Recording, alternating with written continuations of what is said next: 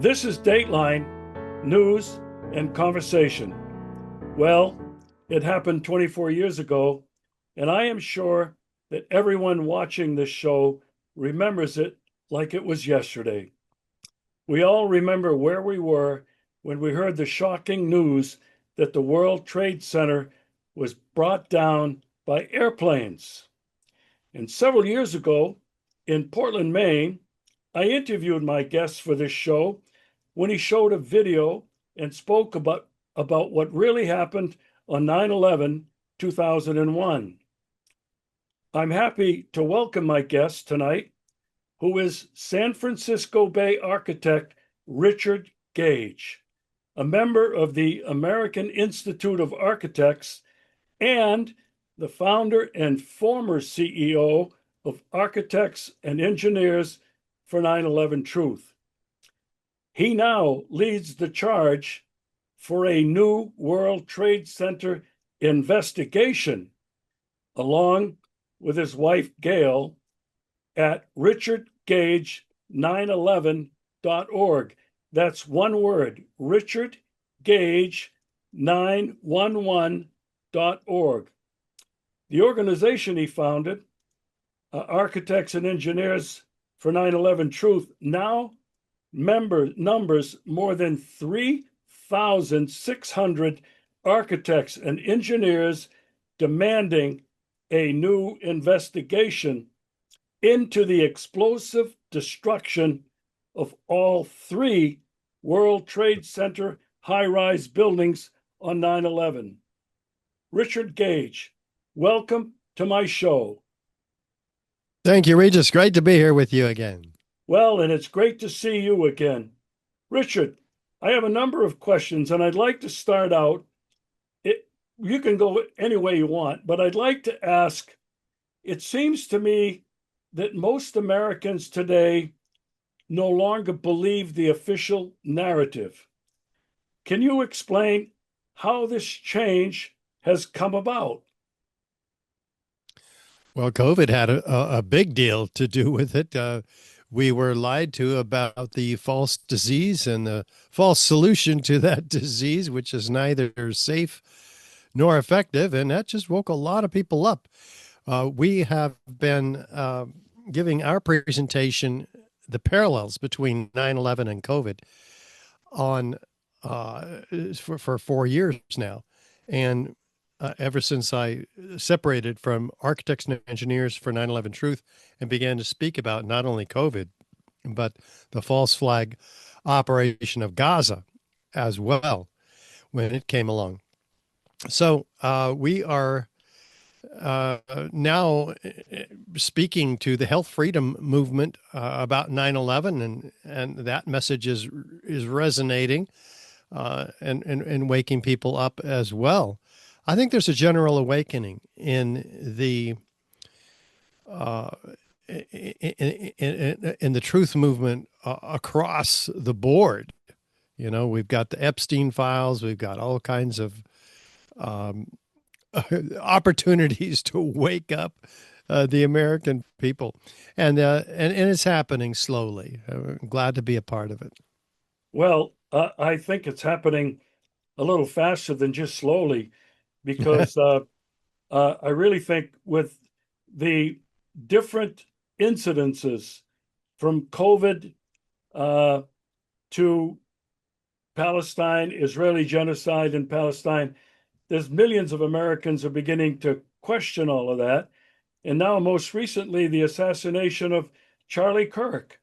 Mm-hmm. I agree with you, more and more Americans are waking up, and I hope that it's going to really take off. I want to ask you, and I want to start with Building 7, that was not hit by airplanes, and it collapsed quickly and evenly into its own footprint. Richard, why is this so important? Well, it's easy for us to understand what we know about already. We know about controlled demolitions. We know about the old hotels in Las Vegas. We all love to watch the unnatural hotels come down when they're no use to anybody anymore. And it's fascinating to watch. We've seen it, we understand it. And so when a tall building like this, World Trade Center 7, 47 stories, drops in the exact manner of a classic controlled demolition, we get it. And if Building 7 came down in a controlled demolition, which is not the official narrative about how that building came down, then we're going to be asking ourselves some critical questions automatically. What about the Twin Towers? What happened? What really happened to those? And so it's a shoe-in for the understanding of the explosive demolition of all three of these buildings. Well, in terms of Building 7, they told us it came down because of some fires. Uh, how have you addressed that, and what have you discovered to prove that completely false? Well, I'll walk you through that process. I'd be happy to do that. Let me share my screen with you, Regis. While we make an irrefutable case for the explosive demolition of these three towers, it's the implications of these controlled demolitions that we really are left having to digest. And it's not easy. It turned my world upside down. I mean, I was a flag-waving Reagan Republican. I wanted to go into Afghanistan and Iraq and get these bastards who did this to us. I was in for a rude awakening. And the awakening started right away. I began to get real angry when I heard from David Ray Griffin, who's now written 14 books on this subject of the truth about 9/11, and has recently passed away, unfortunately, for those of us in the truth movement. So I got so angry that, I mean, these are buildings. I'm an architect. We deserve to know what happened, and we brought that knowledge to Washington D.C. over the last couple of years. Last couple of days, in this presentation, which I presented the evidence I'm going to be showing you today. Turning the Tide, 9/11 Justice in 2025. This was a 3-day conference of speakers, including Senator Ron Johnson, who came and spoke, a sitting senator speaking to the 9/11 Truth Movement live, offering a platform to investigate what really happened on 9/11. This is completely unprecedented in the 9/11 Truth Movement. We have two former congressmen, Dennis Kucinich, Kurt Weldon, calling for, demanding a new investigation. Now, all this is available to watch. 3 days of it was live streamed by Clayton Morris of Redacted. And you can watch it right there on his website at Redacted News. Just go to YouTube and search Redacted News. You can link to it directly from our website, Richard Gage 9/11. And what I shared with everybody was that this third tower, most architects and engineers know nothing about it. It's been swept under the rug. I'm one of 90,000 members of the American Institute of Architects. We didn't get one bulletin on this, the third worst structural failure in modern history. I mean, this was a 47-story skyscraper, easily the tallest buildings in most of our states.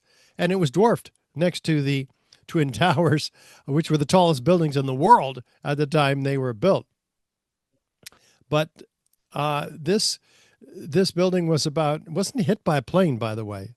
So it went down anyway. We're going to talk about that.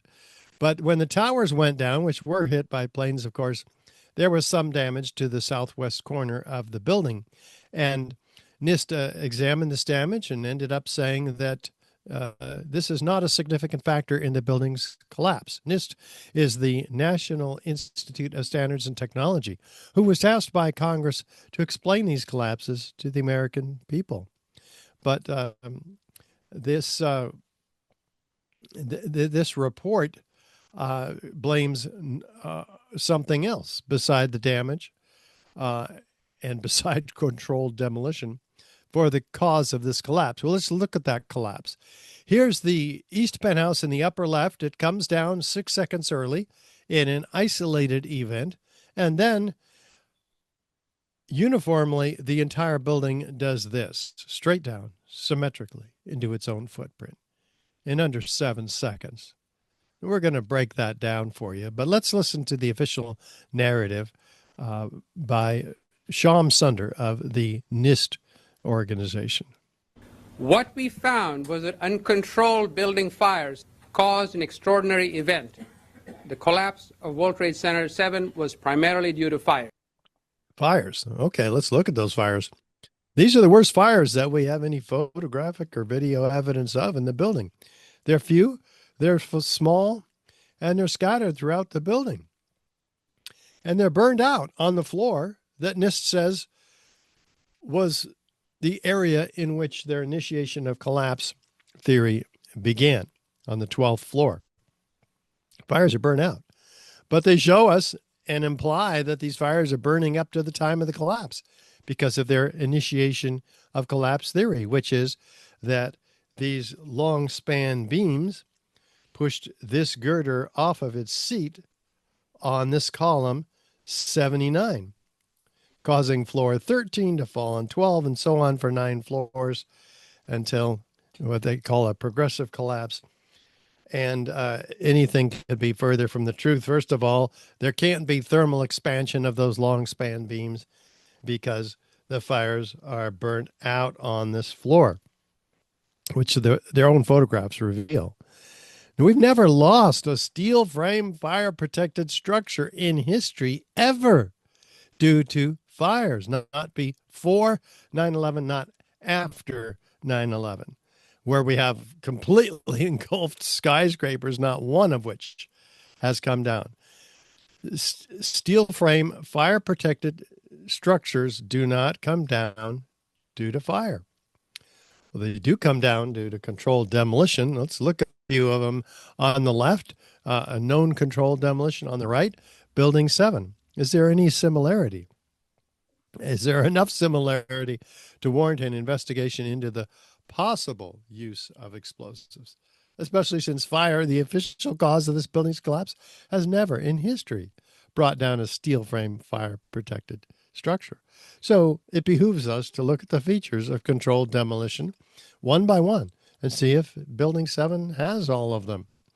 Well, or any of them. Is there a sudden onset of destruction?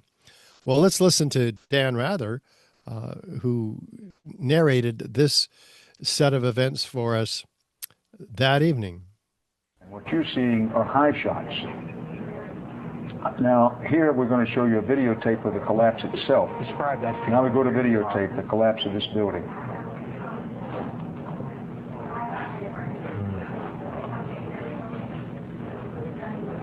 It's amazing.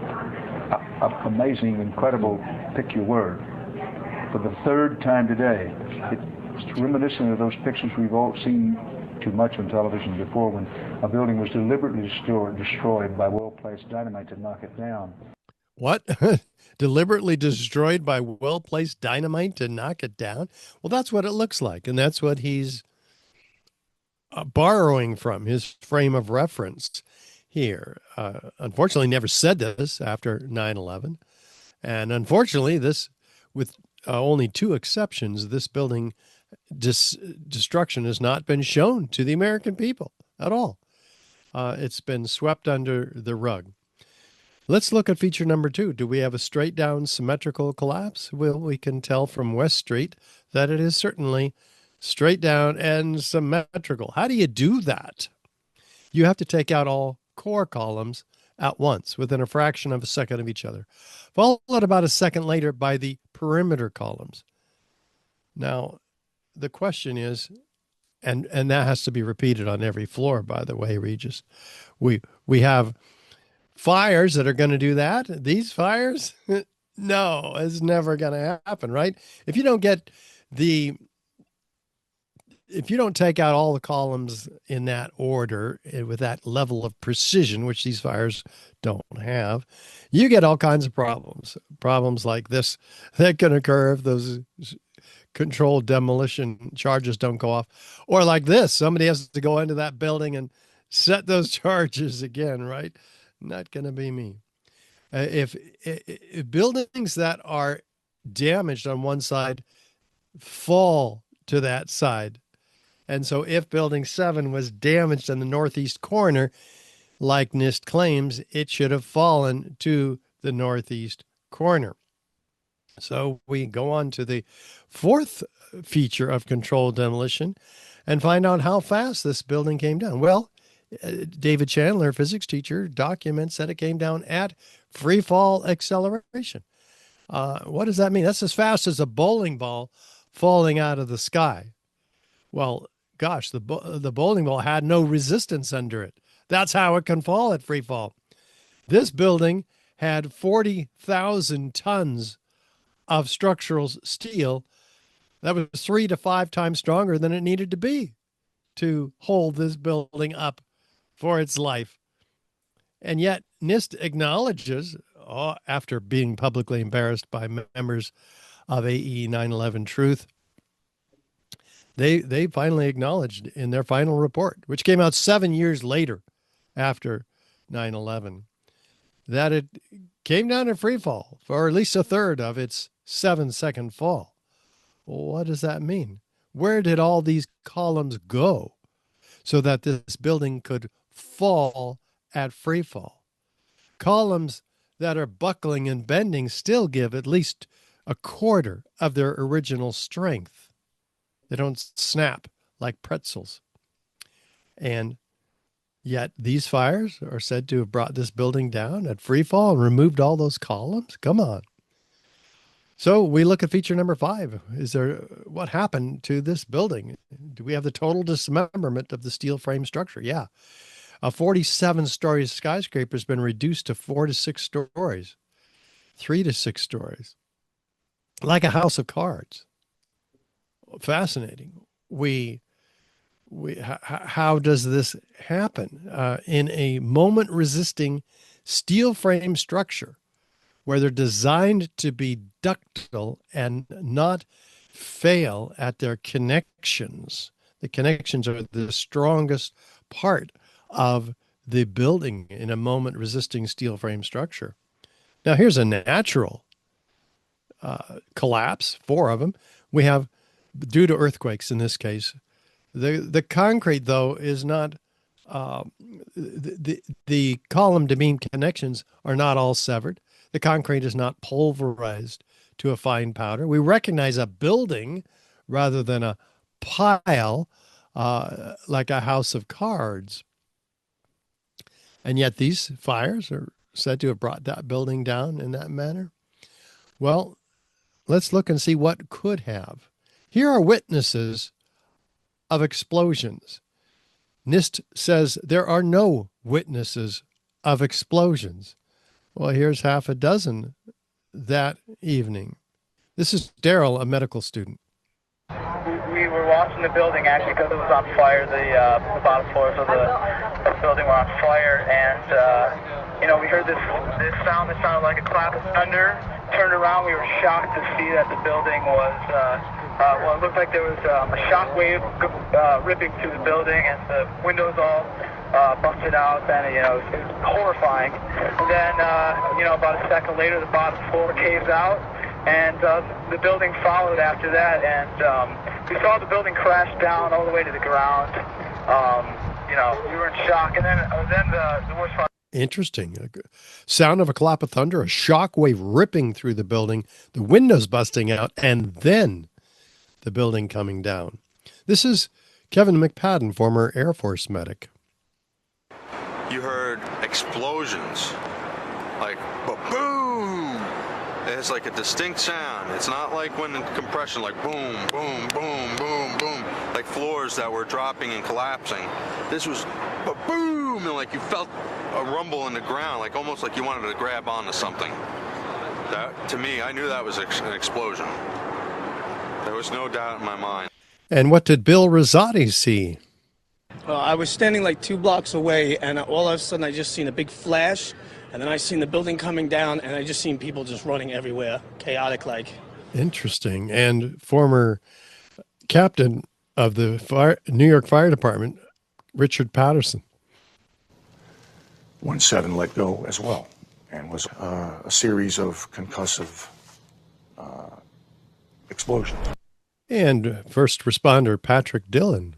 I remember feeling that like it was like freight trains underneath the earth, shaking the earth, even shaking me. That's when we all saw Building 7 crumple in the middle, like way up at the top. It buckled and then dropped.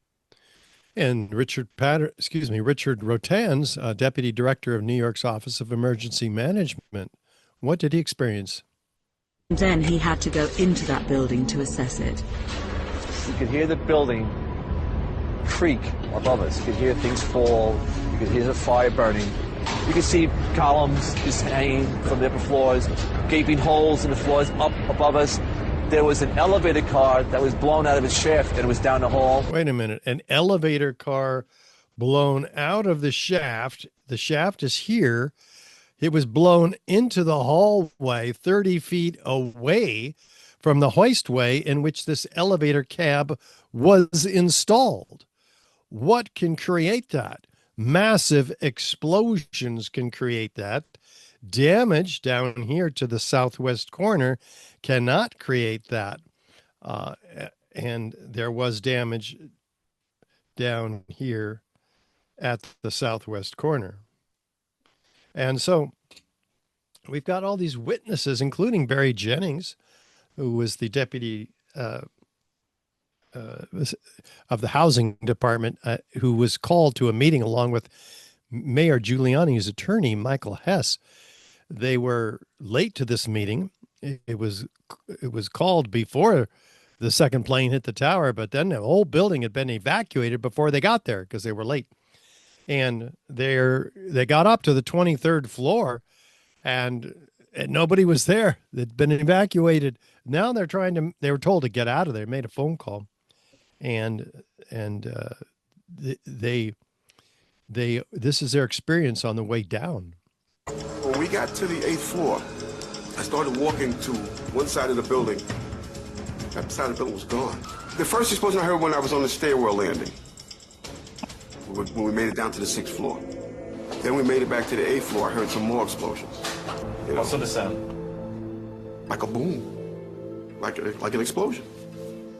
And more than one? Yes. We started walking down the stairs. We made it to the 8th floor. Big explosion. Blew us back into the 8th floor. When we get outside, a police officer comes to me and says, you have to run. We have more information of bombs, so you have to run. More information of bombs. Bombs like this heard in the late morning of 9/11 in the vicinity of Building 7. Yeah, here's one of the guys who can tell you I'm okay, all right? Here, hold on. You want to call your mother or something? You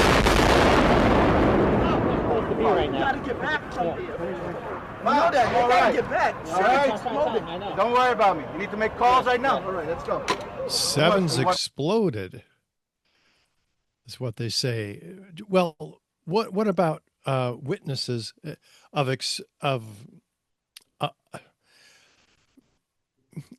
if Building 7 was a controlled demolition, people would know about it in advance. There'd be foreknowledge. So, like Chief Nick Visconti, who says, hey, we're moving the command post over this way. That building's coming down. Wait a minute. No steel frame fire protected structure has ever come down due to fire. And all of a sudden, this particular one, they're saying it's gonna come down. Well, listen to Chief Hayden. Well, we had our special operations people set up surveying instruments to monitor and see if there was any movement of the building. We're concerned of the possibility of collapse of the building. And we had a discussion with one particular engineer there, and we asked him if we allowed it to burn, could we anticipate a collapse, and if so, how soon? And it turned out that he was pretty much right on the money, that he said in its current state you have about 5 hours. Wait a minute. No steel frame fire protected structure has ever collapsed due to fire. And in this case, not only does he say it's going to collapse, but he gives the time in about 5 hours. Well, yeah, and it comes down in 5 hours. Exactly. So, of course, he could only have made this prediction with foreknowledge. We don't get to know the name of this engineer. He remains anonymous. Well, listen to these mysterious construction workers walking away from Building 7, hearing an explosion over their shoulder, looking back at the building, and then looking straight into the CNN camera and saying this. You hear that? Keep your eye on that building. It'll be coming down. The building is about to blow up. Moving back. All right, guys? We are walking back. There's a building about to blow up. On flame. Debris coming down. What? The building is about to blow up? Flame and debris coming down? How do they know? Not only is the building going to come down now, but it's going to blow up. That's pretty incredible. How do they know that? Were they fixing a dud of a controlled demolition that failed to go off earlier this morning? We'll look at a clue about that. But first, let's tune in to Patrick Dillon, first responder, who had quite the experience in Building 7. All right. And he pointed to what turned out to be the entrance to Building 7's lobby. He said, go in there, take a break, there's other guys in there, like that. And that's what I did. I finished coming down off the pile and climbed over the wreckage of Vesey, and went in those revolving doors and just kind of fell on the floor. There were other guys in there doing the same thing I was, just shaking their heads and spitting out poison and trying to get their lungs back together again, as I was. And I was on the floor. These battalion chiefs come in through the revolving doors. There was 3 of them. They had the white helmets. I didn't get any IDs off them. But as soon as they stepped inside, what stepped in behind them were these 2 people in black with black ski masks on, and Uzis, and the Uzis were hanging off their necks, and I don't know what they were or who they were, but the battalion chiefs started yelling at us, right, ordering us to get out of this building. They're going to pull the building. Everybody out now, and they ordered us back out.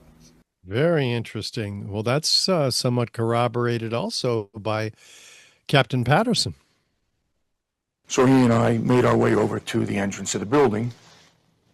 Before we arrived there, there was a construction worker who happened to be, he emerged from the dust cloud and walked past the chief and I.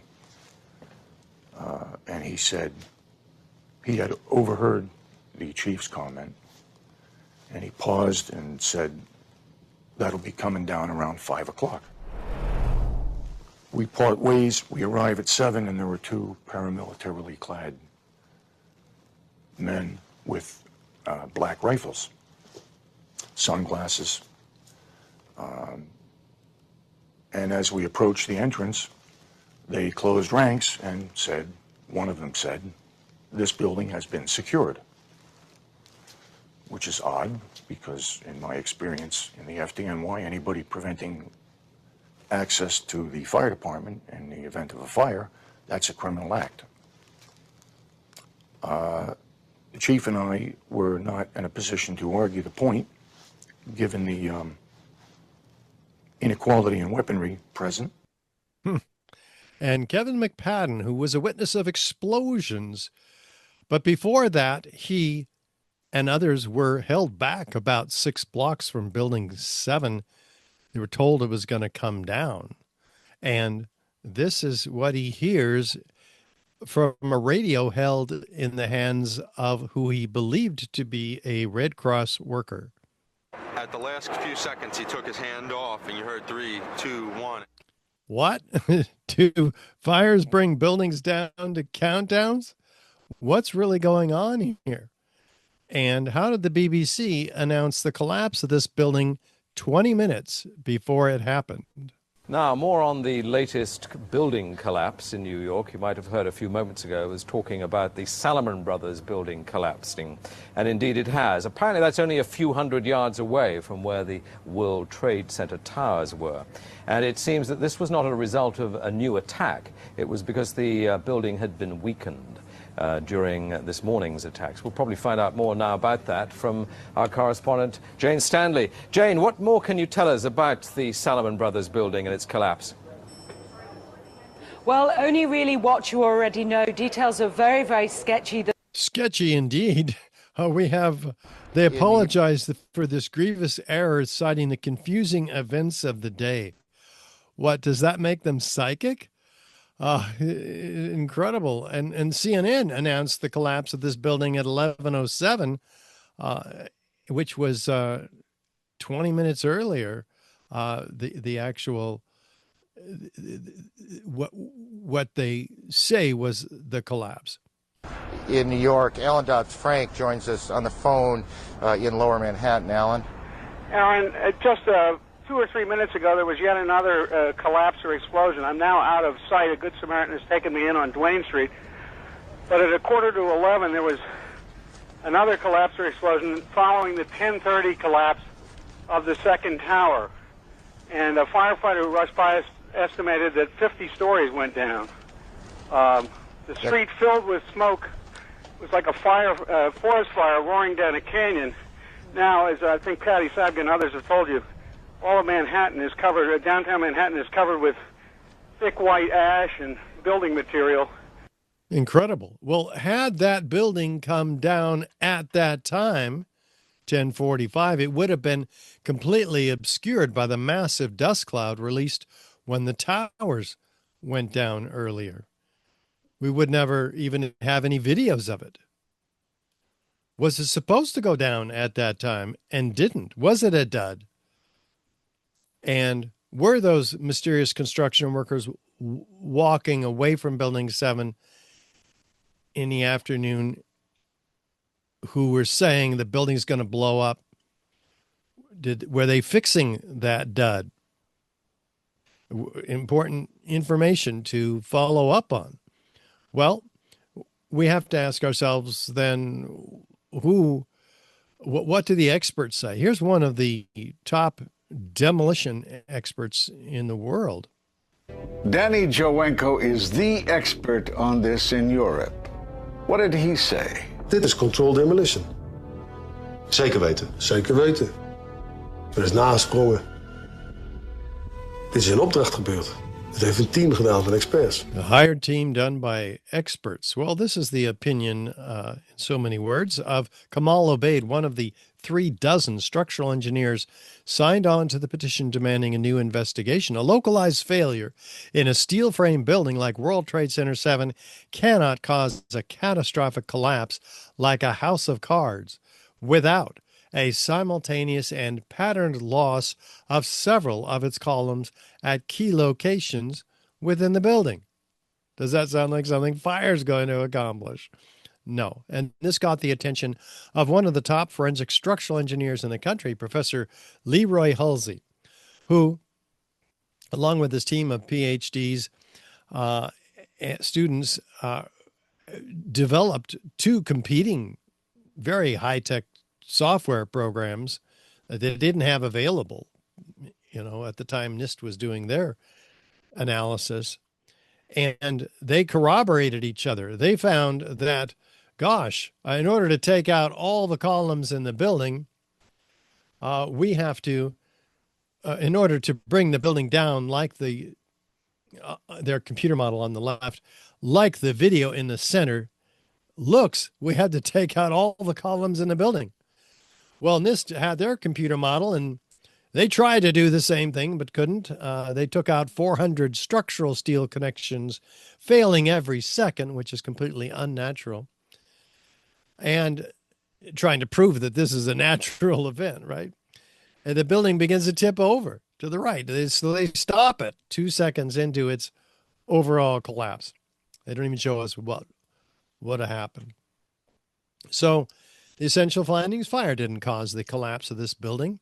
The University of Alaska finds that the temperatures were not high enough to cause the weakening of the steel framing. Thermal expansion did not result in a loss of support for the beams and girders. The collapse of this building was a global failure involving what? The near simultaneous failure of all the columns in the building. Not a progressive collapse, as claimed by NIST. This has pulled the rug out from underneath the NIST report. This report came out in 2019, and it's been given to every member of Congress and the academic community, creating quite a stir. And we have to ask ourselves, well, what could have brought this building down? Because the University of Alaska didn't speculate. Well, all we have to do is look at the evidence of extreme heat, provided in part and in no small measure by FEMA, who did a metallurgical examination of the steel and produced it in their Appendix C of the Building Performance Assessment Team report that came out in 2002. And what did they find? Never before observed eutectic reactions involving intergranular melting, capable of turning a solid steel girder into Swiss cheese, like we have here in this piece of World Trade Center 7 steel from the end of the beam. What can do this? We're talking 3,000 degrees Fahrenheit to melt steel. Office fires are not even typically a quarter of these temperatures, and maybe sometimes a half of those temperatures, but nothing in office fires or jet fuel, by the way, which is not a factor in Building 7, but was a factor in the Twin Towers. But they're also looking at the Twin Towers steel with regard to this this evidence here. So yeah, this applies to the Twin Towers as well. So we have to look at the report and say rapid oxidation, sulfidation is what they are telling us. Liquid iron, that's molten iron, again, 3,000 degrees temperature. Hot corrosion attack on the steel. Interesting. Perhaps the deepest mystery uncovered in the investigation, says the New York Times, but it was omitted from the NIST report when they took over the investigation in 2002, producing their own report 7 years later, in the case of Building 7, in 2008. Steel members in the debris pile appear to have been partly evaporated in extraordinarily high temperatures, says Dr. Jonathan Barnett, fire protection engineer, author of this FEMA report. But it takes 4,000 degrees to evaporate steel. Where are we getting these kind of temperatures, which are completely unaccountable for in the official narrative? We'll find out. But Abolhassan Astani Azal, a structural engineer from the University of Berkeley, says, I saw melting of girders at the World Trade Center. Well, he's studying this steel, and he's going, wow, this is incredible. He doesn't know how they got melted, but he's agreeing with it. Well, we have photographs of the pouring molten metal out of the crab claw excavators. We can see by the color of this molten metal what its temperature is because of the emissivity. It translates to 2,500 degrees just pouring here, and hotter because it's white hot. So it would continue going off the scale there up to 3,000 degrees. So it's not jet fuel. Jet fuel burns only 600 degrees in open air. So jet fuel is not a factor here. And this molten metal is seen pouring out of the South Tower minutes prior to its collapse. Many different sources show 600-degree temperatures for burning jet fuel in open air. And fires, and the worst, mathematically worst case possible fires, 1,830 degrees, about half of the temperatures that we're documenting here. What can produce those temperatures? Can thermite produce those temperatures? What is thermite anyway? An incendiary used by the military, thermite is a compound of iron oxide and aluminum, which when ignited sustains an extreme heat reaction, creating molten iron. In just 2 seconds, thermite can reach temperatures over 4,500 degrees Fahrenheit, quite enough to liquefy steel. We know that open-air fires cannot burn hot enough to melt steel, but metal had melted at the base of the towers. Appendix C of the FEMA report describes sulfur residues on the World Trade Center steel. The New York Times called this the deepest mystery of all. Sulfur slightly lowers the melting point of iron, and iron oxide and iron sulfide had formed on the surface of the structural steel. Sulfur used with thermite is called thermate, producing even faster results. Maybe we're getting somewhere here, because if thermate were used, it would explain the sulfur. Sulfur's added to thermite, much more effective at cutting through steel. NIST had no idea where the sulfur came from. They even speculated that it might have come from the gypsum board, which has calcium sulfate in it. But gypsum board has been used for 100 years to protect steel from fire. It's never turned around and attacked the steel that it was designed to protect. Well, thermite would also explain the presence of molten iron. Iron, elemental iron. We haven't used iron in our skyscrapers for 100 years. This is not steel, it's iron. Would also explain the presence of these extreme temperatures, 4,000 and 5,000 degrees. So this is all evidence of ignited thermite, as is the evidence of what the U.S. Geological Survey found in all the World Trade Center dust samples that they collected and analyzed. In 2005, they produced their particle atlas of the World Trade Center dust. They found that all the dust samples have billions of previously molten iron microspheres. Previously molten, meaning 3,000 degrees. Iron, meaning the byproduct of thermite. Thermite is composed of iron oxide and aluminum powder. And microspheres, how do they get spherical? Well, when you aerosolized liquids under explosive conditions, particularly, you get spheres. By surface tension, they form themselves into spheres. These are a signature component of the World Trade Center dust. The EPA says it's not even World Trade Center dust unless it has these previously molten iron microspheres in it. They don't know where they come from, but there they are. It's a signature element. Up to 6% of some of these samples are previously molten iron microspheres.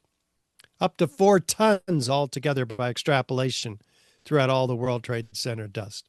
4 tons of this stuff. This is very significant.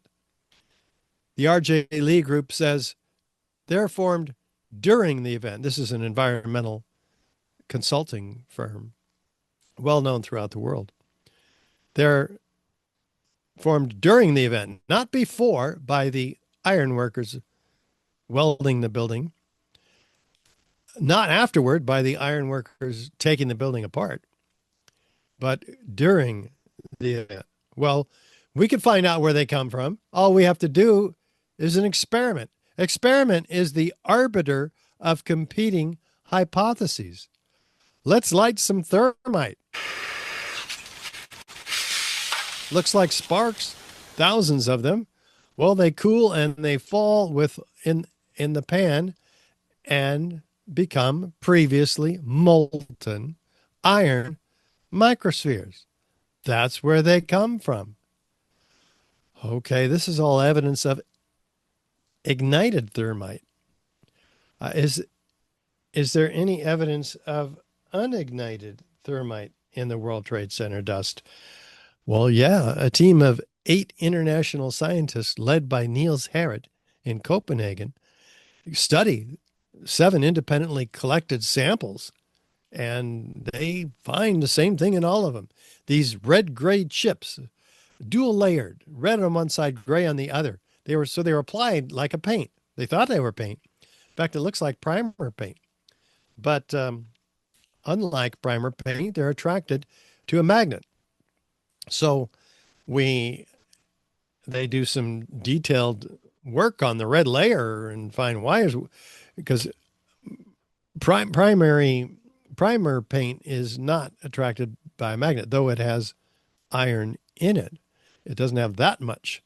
So they do X-ray energy dispersive spectroscopy and find what?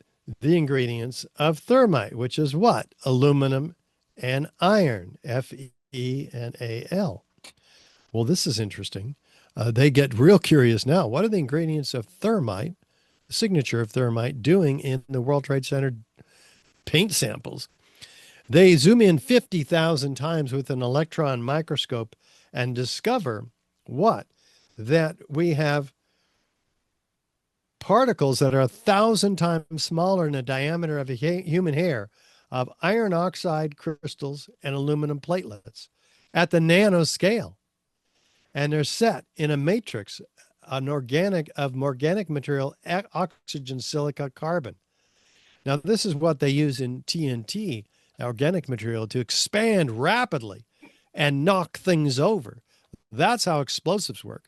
Whereas incendiaries work by means of burning things up at extreme temperatures of 4,000 and 5,000 degrees. Well, they do literature review and they find because they're asking, what is this stuff? Well, it's called super thermite. It was developed before 9/11 and by Lawrence Livermore Lab. Explosive composites based on thermite reactions whose fuel and oxidizer constituents are intimately mixed at the nanometer size scale. This stuff already existed. It's made by defense contractors. You see, when they get this material so small at the nanoscale, the surface volume increases exponentially. And you've engineered an incendiary to become more explosive because of the chemical reactions, virtually instantaneous. Well, they put this stuff at the Lawrence Livermore Lab in a differential scanning calorimeter, DSC. And they find that it ignites at about 850 degrees Fahrenheit. And when it ignites, it produces a lot of energy, proving that it's an exothermic reaction. Well, that's exactly what the samples that they tested did, proving that it's not paint. Paint doesn't have these exotic properties. And what do you imagine that is produced when it ignites? Molten iron microspheres with the same chemical signature as the molten iron microspheres found and documented by the U.S. Geological Survey and R.J. Lee in their studies of the dust. So we know exactly where those molten iron microspheres came from. They came from these red-gray chips, as if we didn't know. They're found attached to partially ignited red-gray chips, as you see here and here. This is not made in a cave in Afghanistan, Regis. This is made only in the most advanced defense contracting laboratories. And they conclude that the red layer is active, unreacted thermitic material incorporating nanotechnology. It's a highly energetic pyrotechnic or explosive material. And this has been out since 2009 and given again to every member of Congress and the academic community.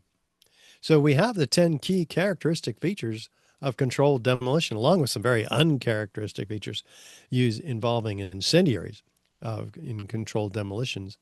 A fire doesn't create any one of these features, let alone all of them.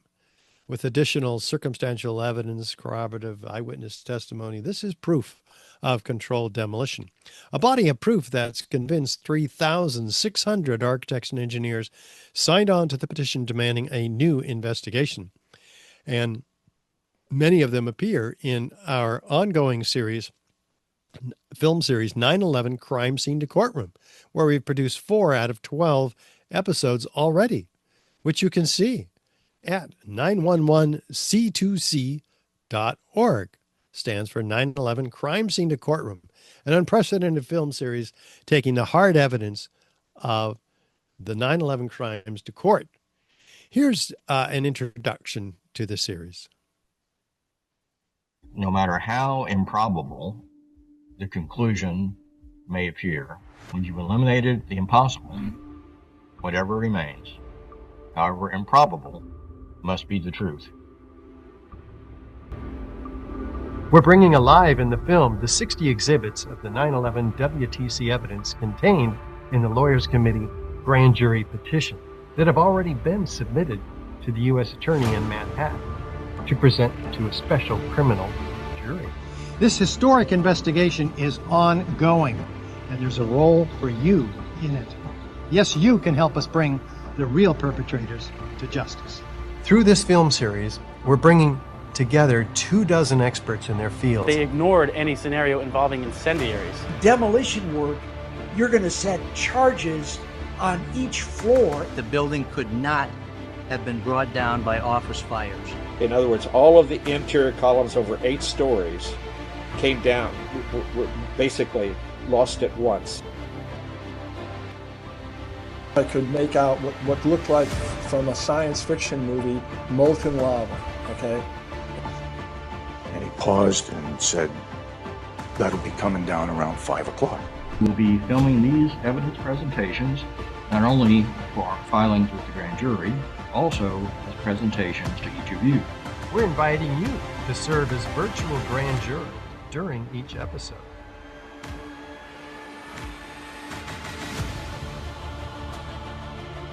And yes, don't miss this incredible series. We produced 4 of them already for you.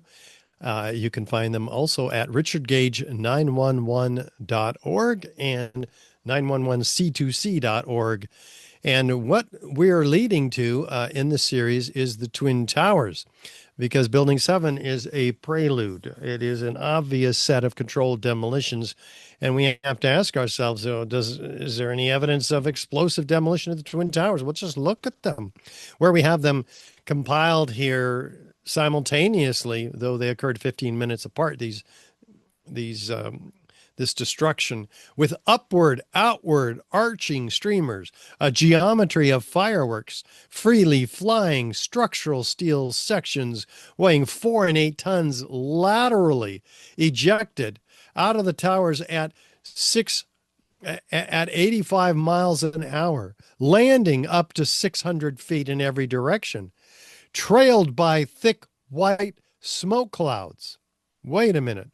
Why are these structural steel members trailing thick white smoke clouds?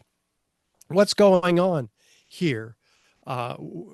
Steel is not flammable in office fire or jet fuel conditions.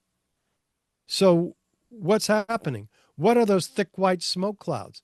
Well, let's burn some thermite and see, in addition to molten iron, what we have. Thick white smoke clouds of what? Aluminum oxide ash, the other byproduct of thermite.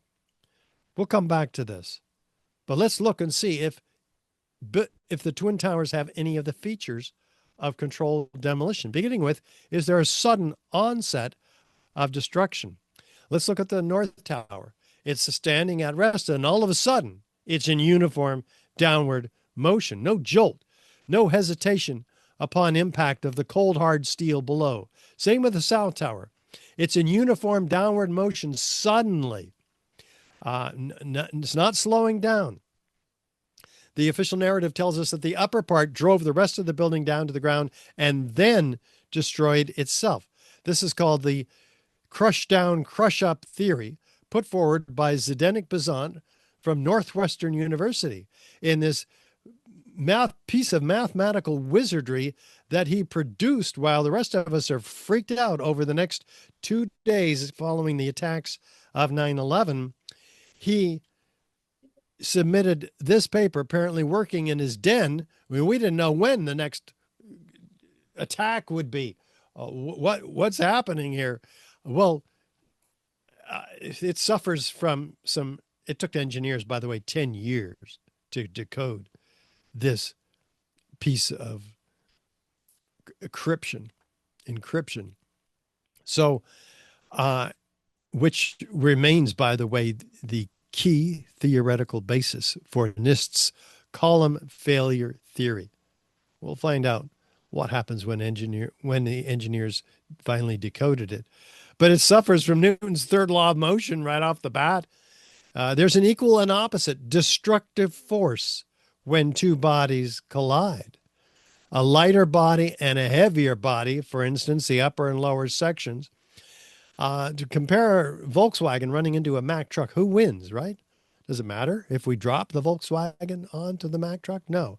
The lightest part of the structure cannot possibly destroy the cold, hard, heavier, intact steel below.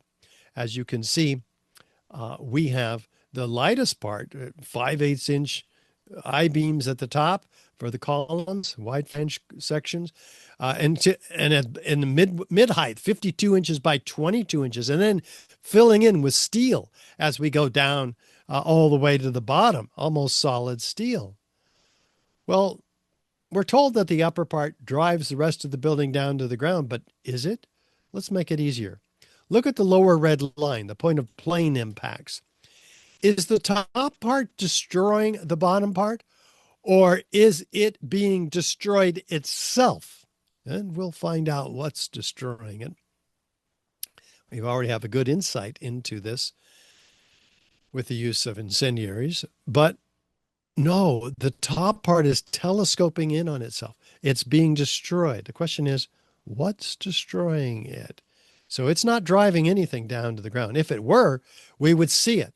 But we have the upper part that is not even there. After a couple, 3 seconds, it's gone. It's destroyed itself.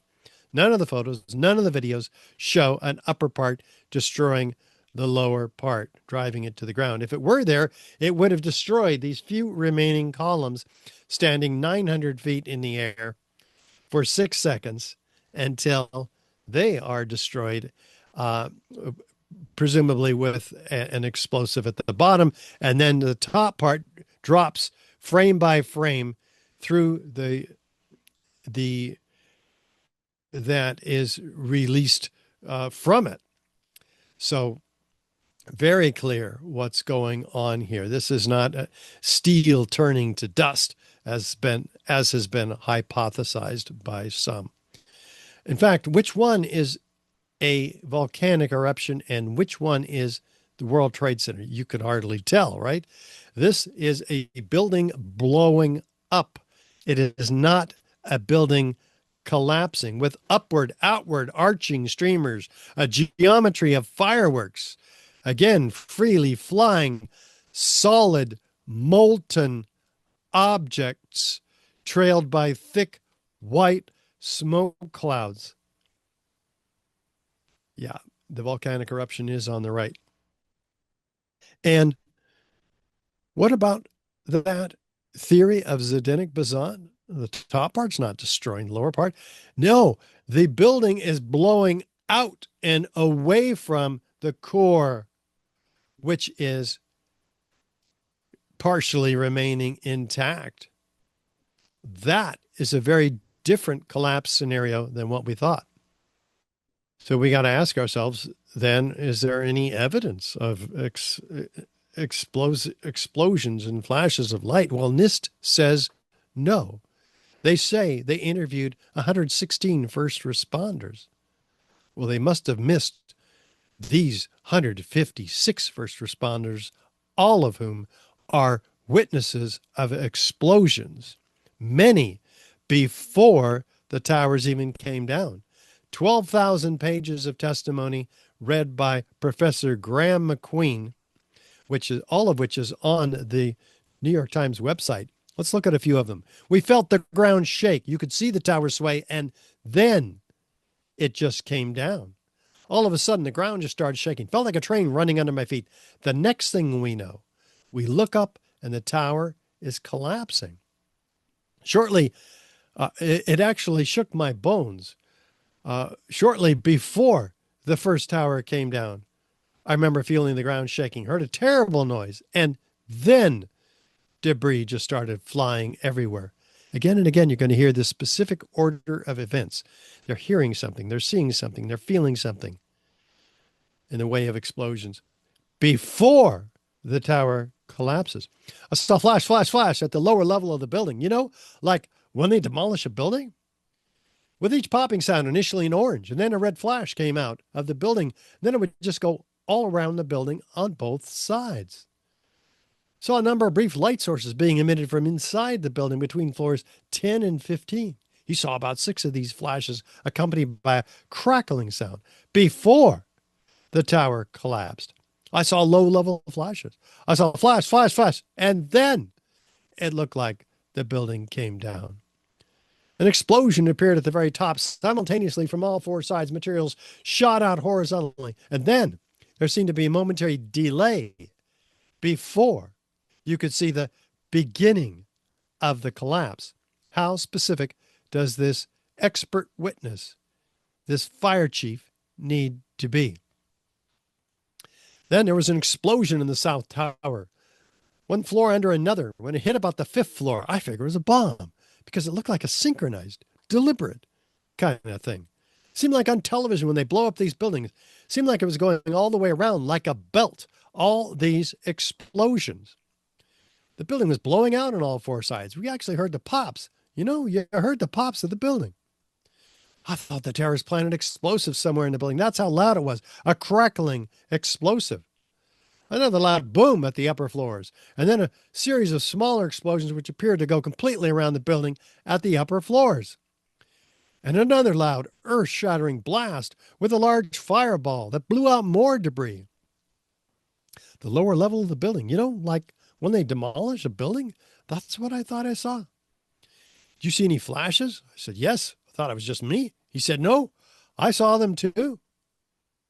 Everybody, I think, at this point still thought these things were blown up. So I was fully expecting anything else to blow up. You were there when the planes hit? No, I was there when the building exploded. You mean when it fell down? No, when it exploded. Pretty clear about what he saw. What did these guys experience? We started running, floor by floor, it started popping out. It was like, it was if they had detonated. Yeah, detonated. They were planned to take down a building. Boom, boom, boom, boom, boom, boom, boom. Very interesting. Well, did the building come down straight down? Was it a symmetrical progression? Feature number 3 of controlled demolition. Well, the building actually starts, the South Tower begins to fall off the building. In fact, it's falling off at 22 degrees. So we have asymmetrical loading from this part that's falling off. We have asymmetrical damage from the planes, asymmetrical damage from the fires. How in the world, then, do we get complete symmetrical damage, just like the firefighters described, all the way around like a belt, all these explosions? Pop, pop, pop, like they're trying to take down a building by controlled demolition. It makes no sense. Let's zoom in to the leading corner of these explosions and see what we can learn. In this looped video, I see about a dozen independent, relatively small explosions. Very clearly explosions. This is not a nuclear weapon going off. This is not directed energy weapons weakening steel so it can fall and would have fallen asymmetrically again. This is something else. This is something we're familiar with. This is what we see in controlled demolitions. So let's look and see if we have isolated explosive ejections called squibs in the controlled demolition industry. So what do you see? Oh, there we go. We have 20 40 stories below the zone of destruction, these squibs going off. They're even far down as 60 stories. There's no accounting for these whatsoever in the official narrative, yet mistimed explosions can easily account for them, which are fairly common in the controlled demolition industry. On the South Tower, we have on the left side of this looped video a dozen isolated explosive ejections, which are apparently removing the rigidity of this structure such that it doesn't continue falling off as a rigid body off and reacting off the angular momentum of the rigid body below and falling off in one piece onto the ground below. No, it falls actually after this like almost like sand. Its solidity has been destroyed. How fast is the building coming down? Well, David Chandler, physics teacher, and others have documented that this building is falling at almost free fall acceleration. It's accelerating 64% of gravity. That's 2/3 of free fall acceleration. It's not slowing down when it meets what? The cold, hard steel below is not even slowing it down. 80,000 tons of structural steel below, 47 massive core columns in the center, 240 massive perimeter columns, 14-inch square steel tube columns marching every 3 feet 4 inches all the way around the building. So what do we learn then? We're learning that this steel has been removed. Well, we can see that very clearly in the lateral ejection of that steel, impaling itself in skyscrapers all around the World Trade Center, up to 600 feet in every direction, destroying the winter gardens of the World Financial Center that far away, destroying the Deutsche Bank building such that it had to be dismantled. These are those sections that you can see on the exterior. They are massive 14-inch built-up columns, and they are bolted at the top and bottom with just 4 5/8-inch bolts, which are all the plane had to do is push in these sections. 10,000 gallons of fuel as a lot of kinetic energy at 500 miles an hour, breaking those bolts and pushing in these sections. We can see those structural steel connections freely flying, laterally ejected steel sections weighing 4 and 8 tons. This one almost, well, it does hit building 7. That's building 7 underneath the red arrow. Back to, forward to, back to, forward to. What's it trailing? Thick white smoke clouds. Of what? Aluminum oxide ash, the other byproduct in addition to molten iron of thermite. That's what can burn steel. Fires, office fires, jet fuel cannot possibly, under any circumstances of an office fire, burn jet fuel. There's enough energy here, by the way, to hurl a 200-pound cannonball 3 miles. And there's hundreds of these steel sections landing up to 1,400 feet, actually, diameter outside the towers. So what are we talking about here? If 100,000 tons of steel framing is distributed outside the footprint, then what's crushing the building below? It can't crush the building below if it's distributed up to 600 feet in every direction. What's crushing the building below? This is at least a third of the weight of this building.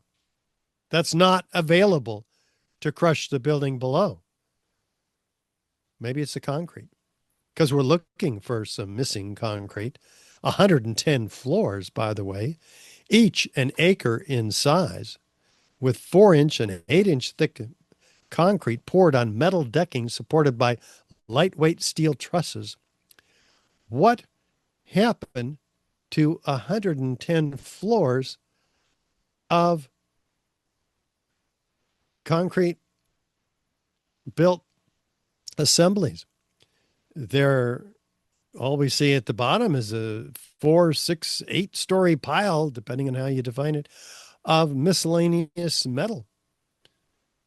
We don't see 50 of these floors. We don't see 10. We don't even see 1 acre size floor.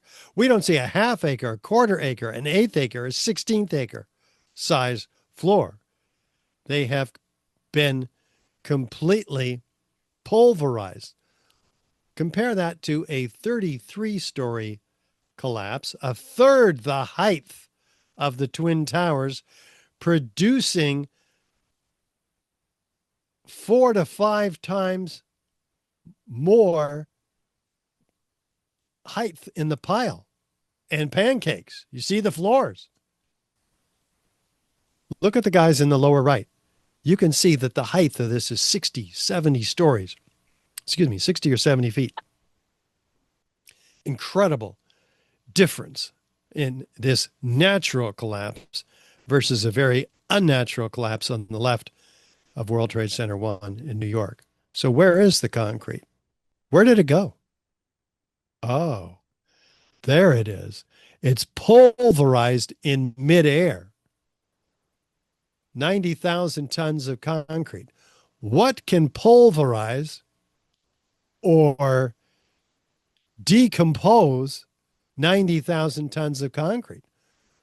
Well, the ASTM report C856 documents that at only 1,500 degrees Fahrenheit, half or a third of the temperatures associated with thermite and nanothermite, it can turn to white powdered decomposed hydration products, essentially pulverized. We're talking gravel, sand, and cement powder. What can happen at 4,000 or 5,000 degrees temperature? This is corroborated by the Fire Safety Journal, which says concrete specimens subjected to temperatures of 2,200 degrees Fahrenheit were completely decomposed. We have twice those temperatures. Is it possible that nanothermite could have been applied to the lower level underneath the concrete slabs and decomposing not only the concrete, but the metal decking and the floor trusses as well? This is documented also by the IOP conference series, Materials Science and Engineering, who says what? Over 1,200 degrees Celsius, over 2,000 degrees Fahrenheit, total decomposition of concrete and melting. So, yeah, the concrete's pulverized in midair. All the photos and videos show exactly that. To 100 micron particles on average, like concrete powder, covering lower Manhattan. By the way, if this material is distributed laterally outside of the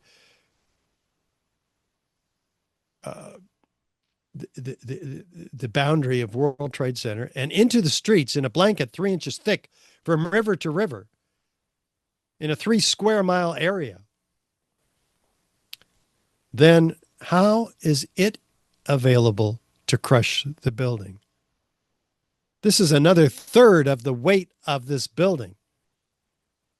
Together, 2/3 the weight of the building with the steel, which wasn't available to crush the building either.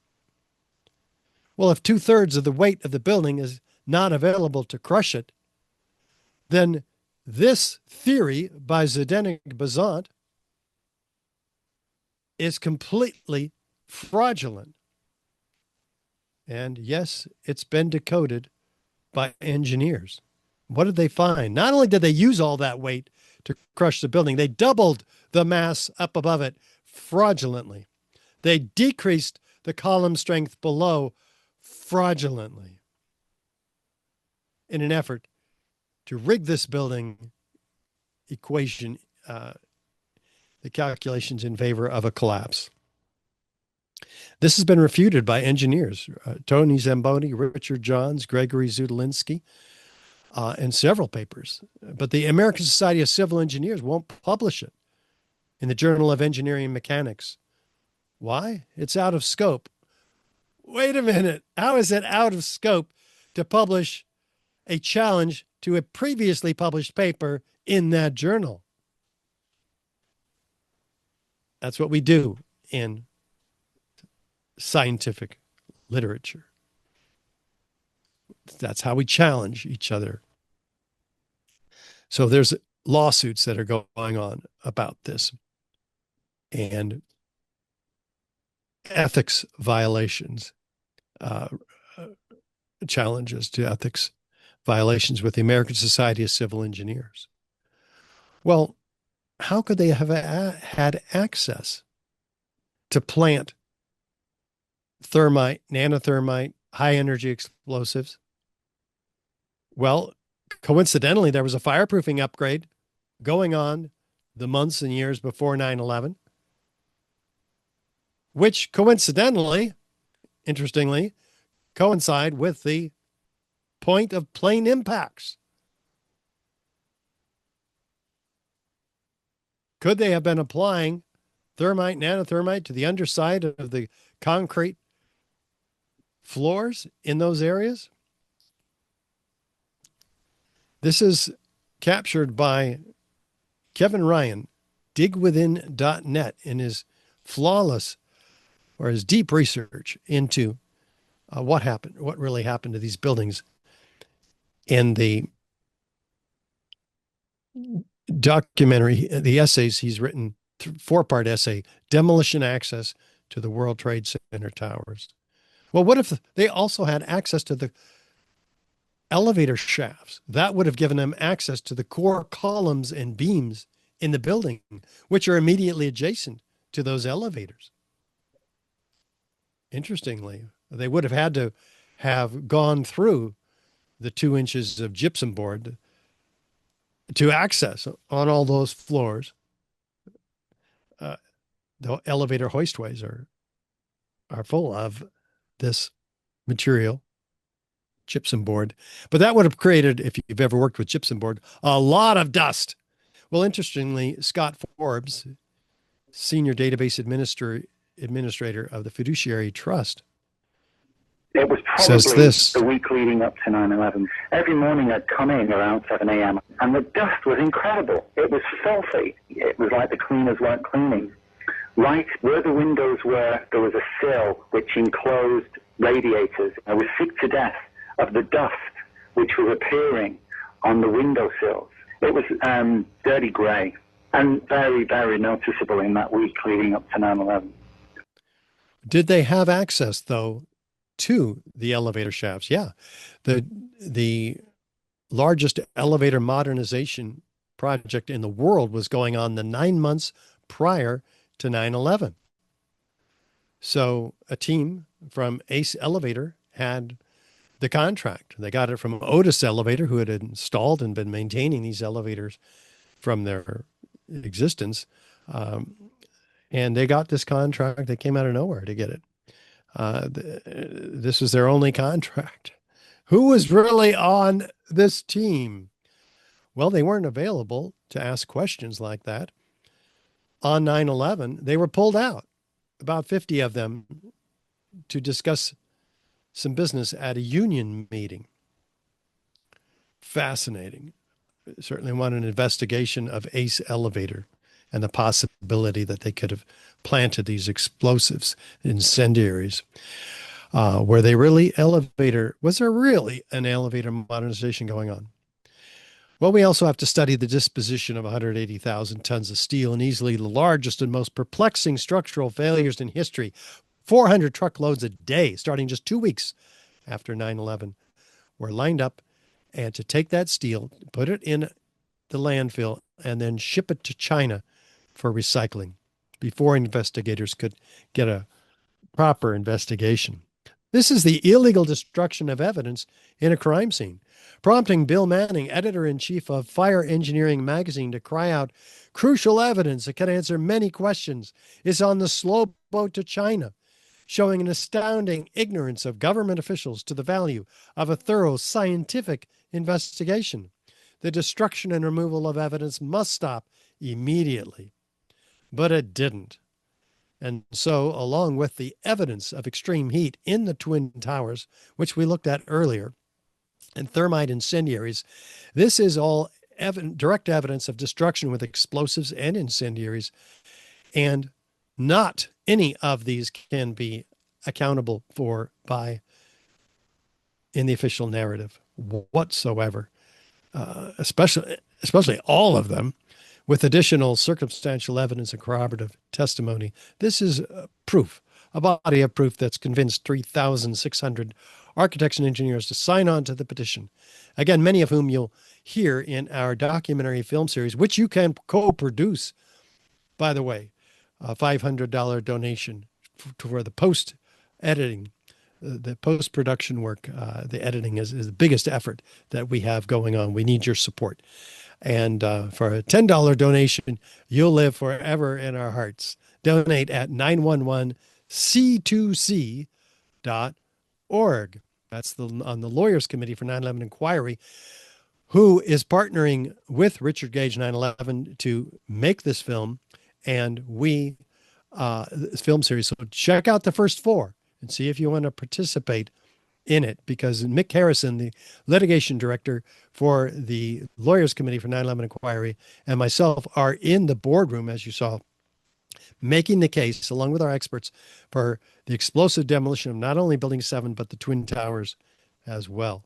And we presented much of this evidence at Turning the Tide, and we encourage you to watch this incredible 3-day conference, which brought Senator Ron Johnson to speak to us. And before he did that, 10 of us met in his office on Capitol Hill with him. And he as much promised a real investigation if we would do the legwork.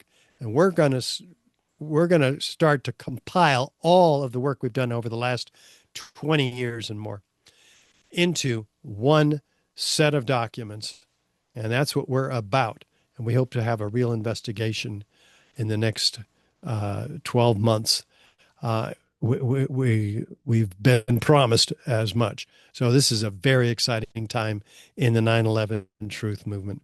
We've already produced our documentary, 9/11 Explosive Evidence Experts Speak Out, in which 40 high-rise architects, structural engineers, metallurgists, chemists, physicists, controlled demolition experts, all laying out the evidence for the demolition of these buildings.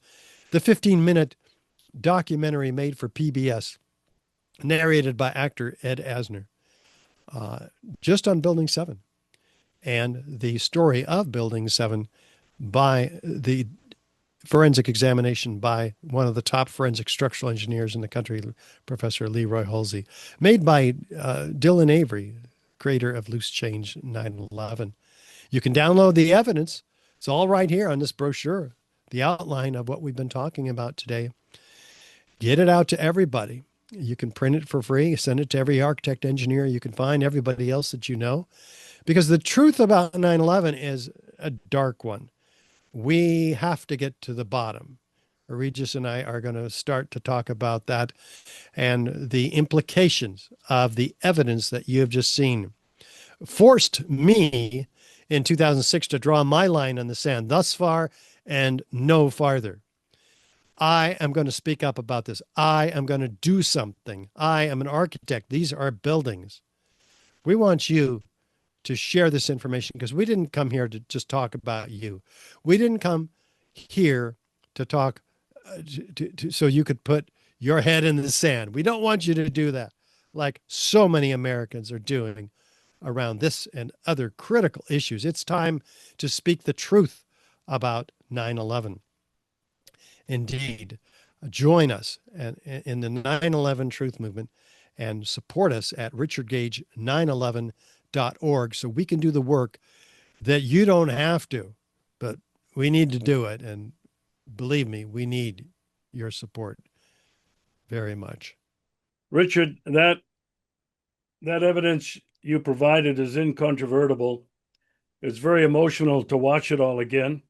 I think even for a layman like myself, I'm not an architect, I'm not an engineer, I'm not a scientist, but it doesn't take a scientist to understand what you just provided. This evidence is overwhelming. But that begs a couple of questions. You talked about nanothermite. And the question is this. You said the only place where it really could be developed would have been in very technical military type laboratories.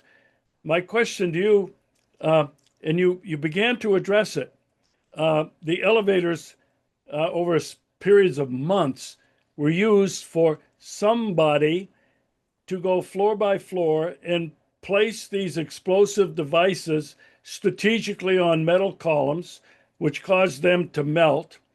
And my question to you is, who could have done this? An important question. Well, there are some really great resources to help answer these questions, and we'll talk about some of the things I've been thinking about too.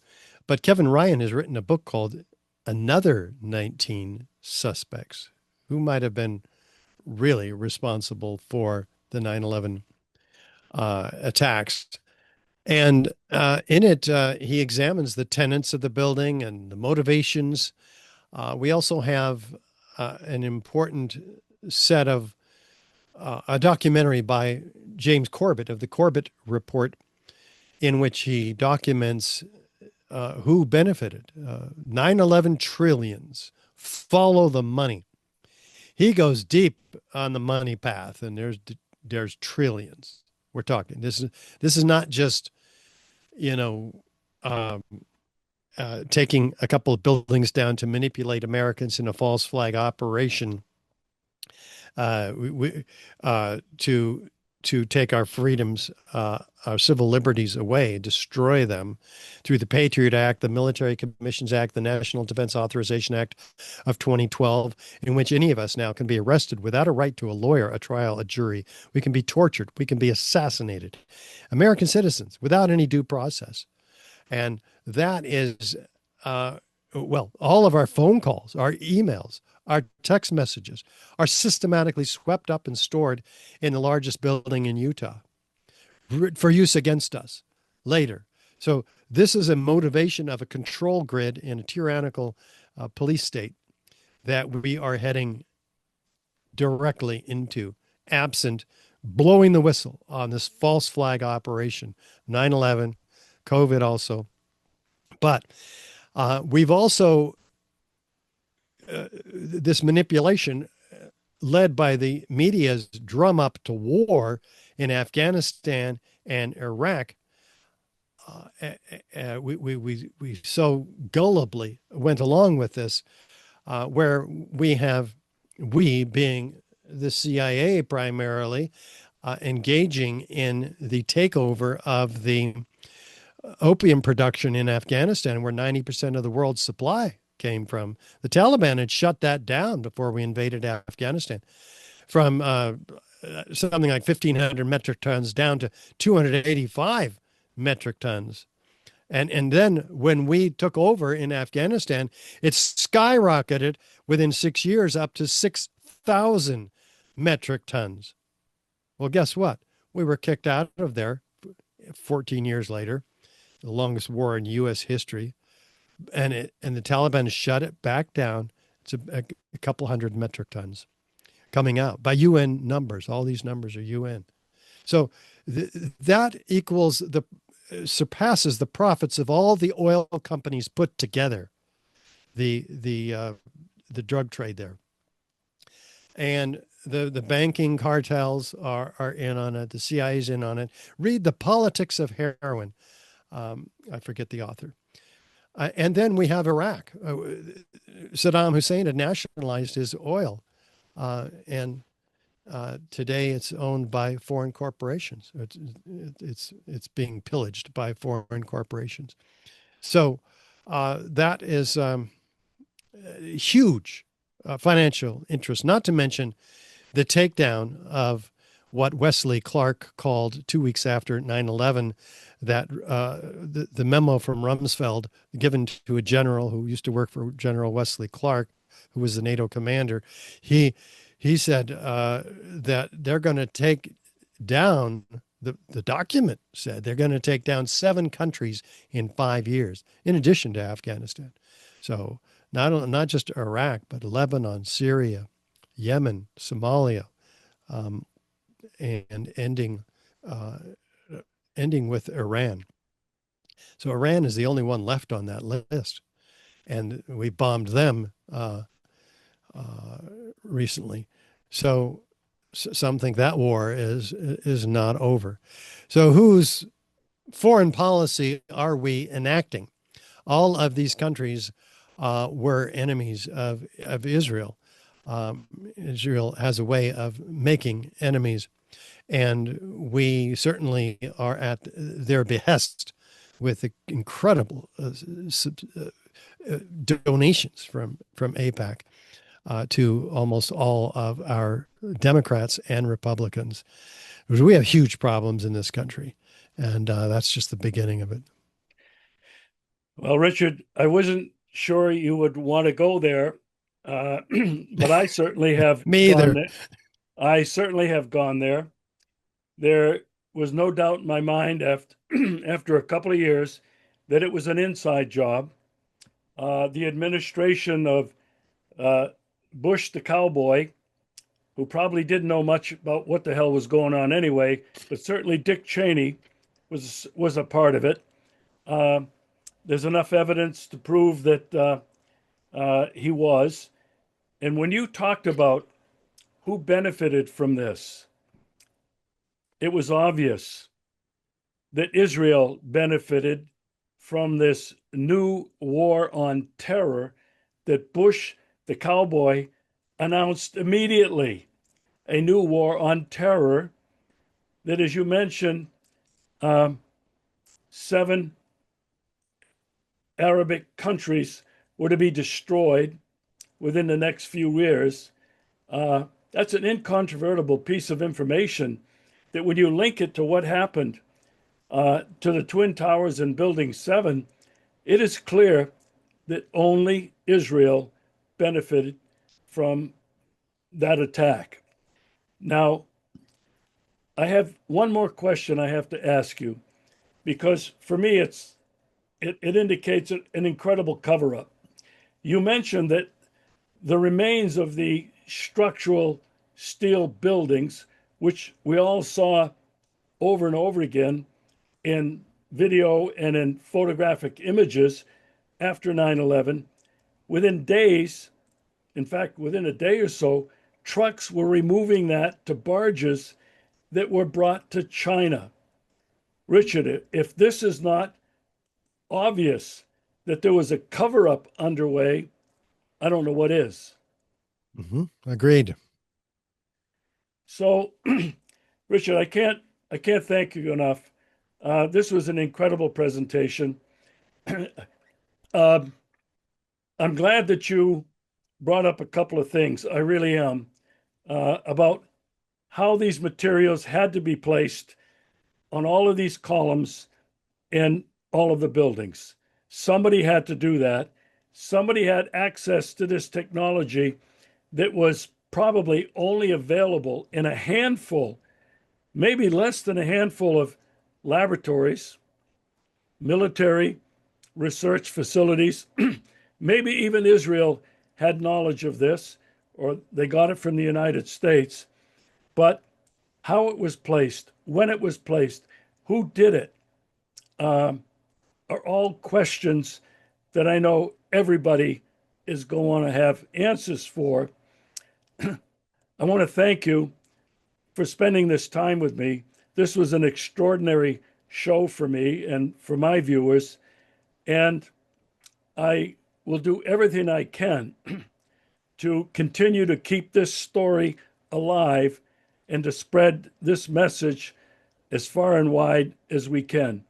Richard, thank you so much.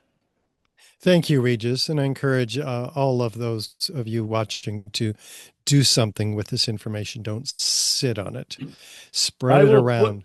I will put all of the information that your wife, Gail, has provided to me, all the resources, all the books, all the videos, your website in the description of this show, so that hopefully many more people can access this incredibly important and vital information.